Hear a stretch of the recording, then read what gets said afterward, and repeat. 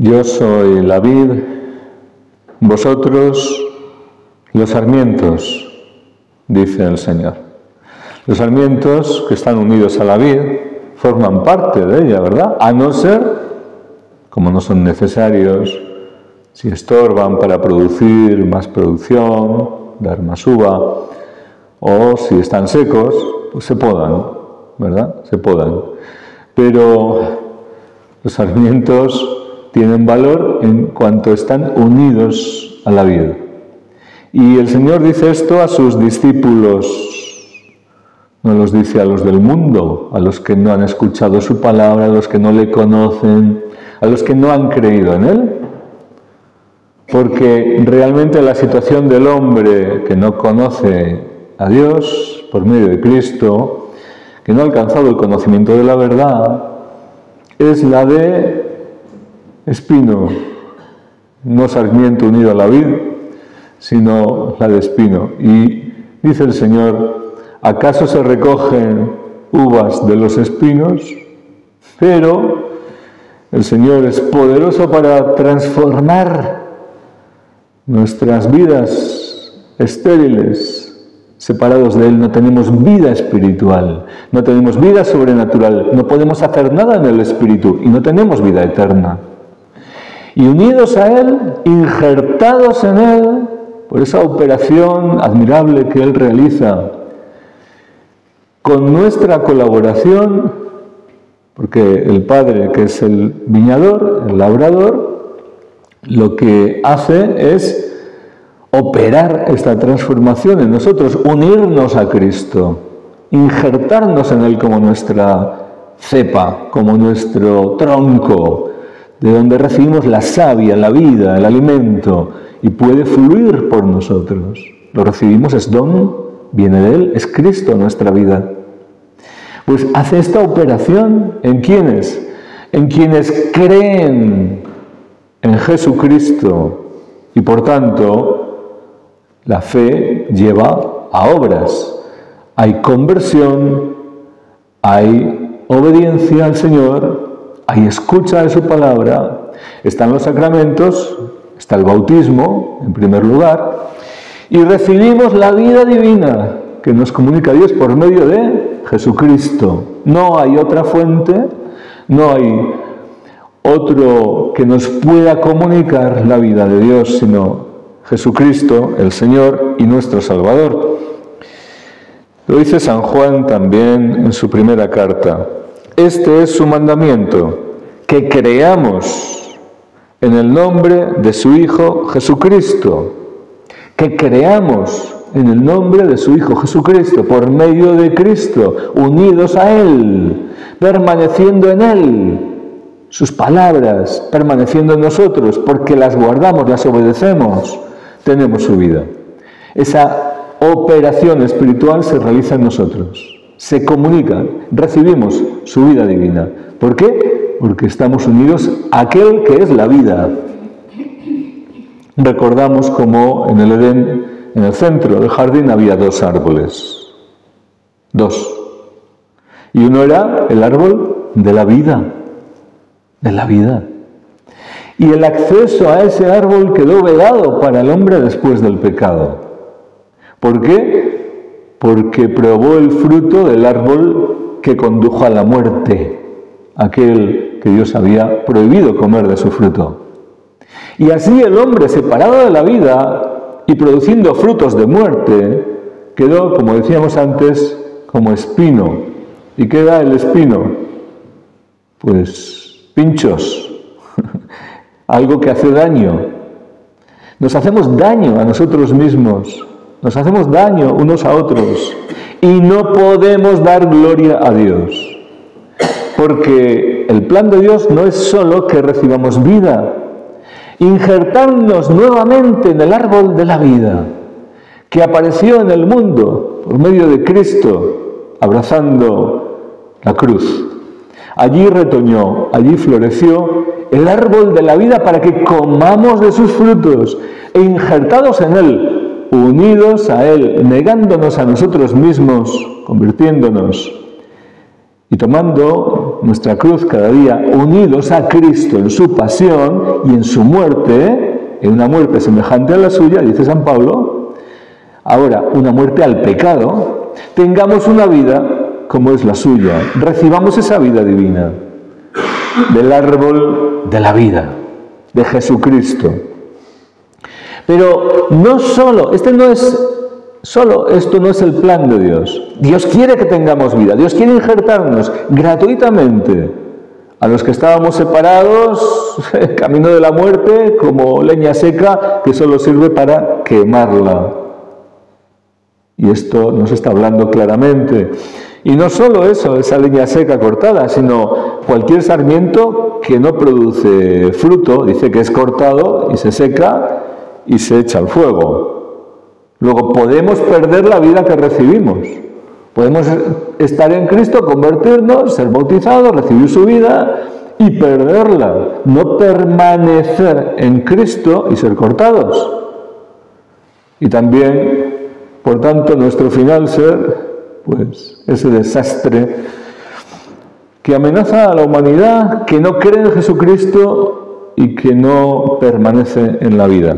No, el plan del Padre no es solo que recibamos vida por medio de Cristo, y esto ya es una maravilla, que nosotros seamos injertados en Él, seamos unidos a Dios mismo por medio de Cristo y recibamos su vida. Esto es una maravilla del amor de Dios, de la bondad de Dios, de la misericordia de Dios.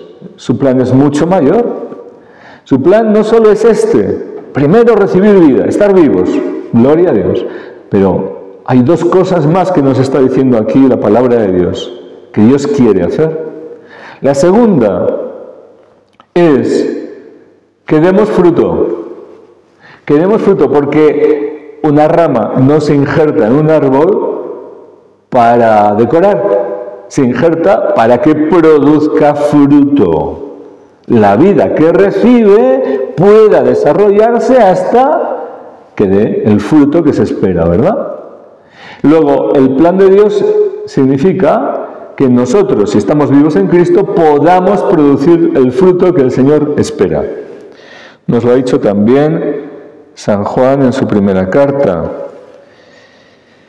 Este es su mandamiento, que creamos en el nombre de su Hijo Jesucristo y así tengamos vida, y que nos amemos unos a otros, tal como nos lo mandó. Y que nos amemos unos a otros. Si la vida divina, Dios es amor, el fruto que Dios espera que produzcamos en primer lugar es que vivamos y nos movamos en la caridad y demos frutos de amor, del amor de Dios, del amor divino, no del nuestro. No, Dios no quiere que nos agrademos los hombres unos a otros, que seamos muy amables y muy simpáticos y nos lo pasemos muy bien. Ese no es el plan de Dios. El plan de Dios es que estemos encendidos en su amor divino, que es muy distinto. Que nos movamos en su caridad, que lo primero que busca la caridad no es agradar al otro, es buscar su salvación, porque el mayor bien es este.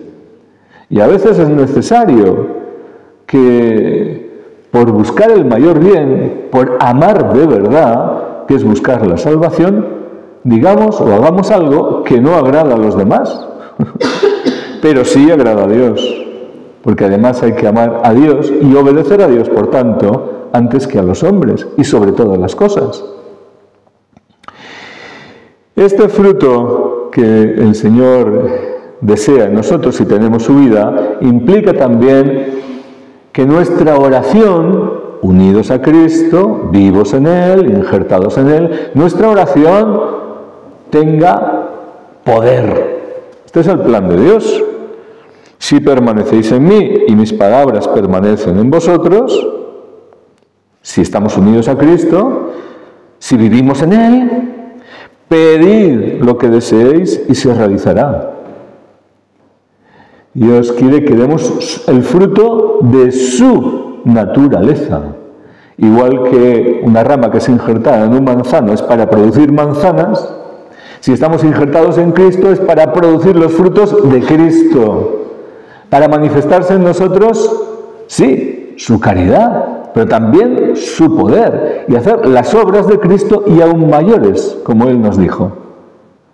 Vivir en el Espíritu es también hacer esto, ser instrumentos de Dios para manifestar su gloria, su poder, su sabiduría al mundo, porque Dios nos ha puesto como luz del mundo.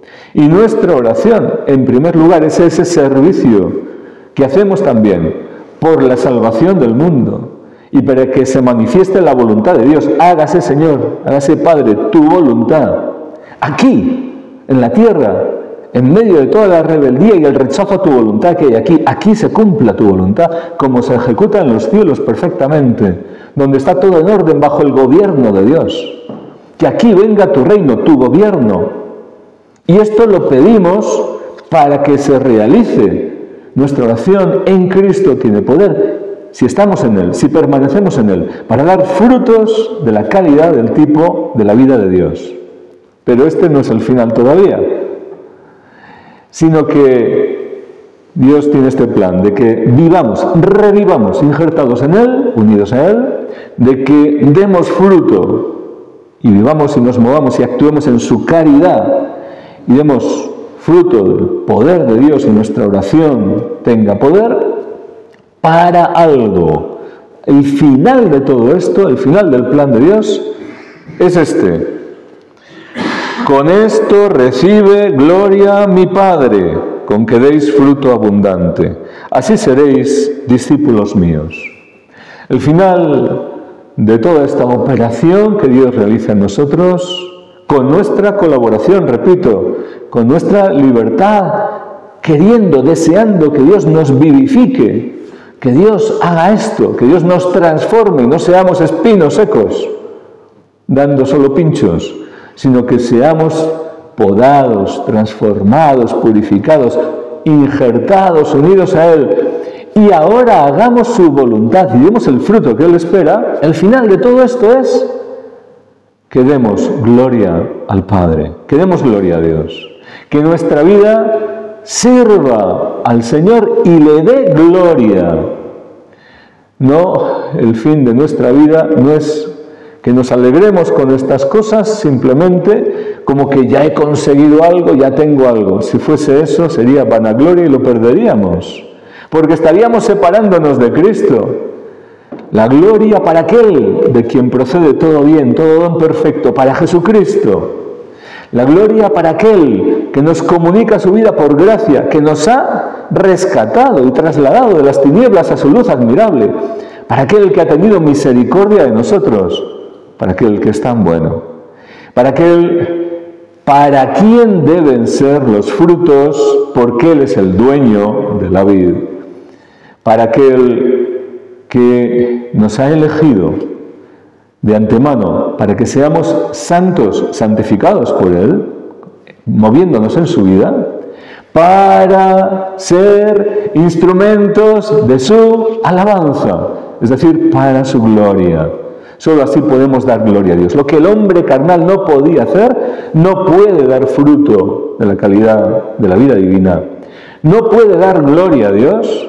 Ahora Cristo, que ha tratado con nosotros, está tratando y nos llama a esta transformación, nos hace capaces de hacerlo, de ser instrumentos de la alabanza y de la gloria de Dios.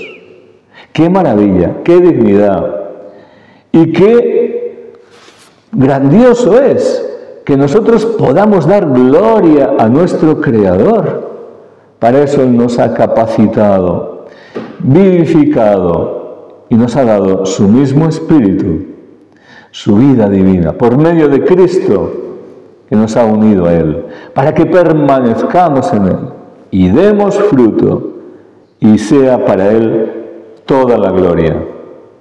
Así sea.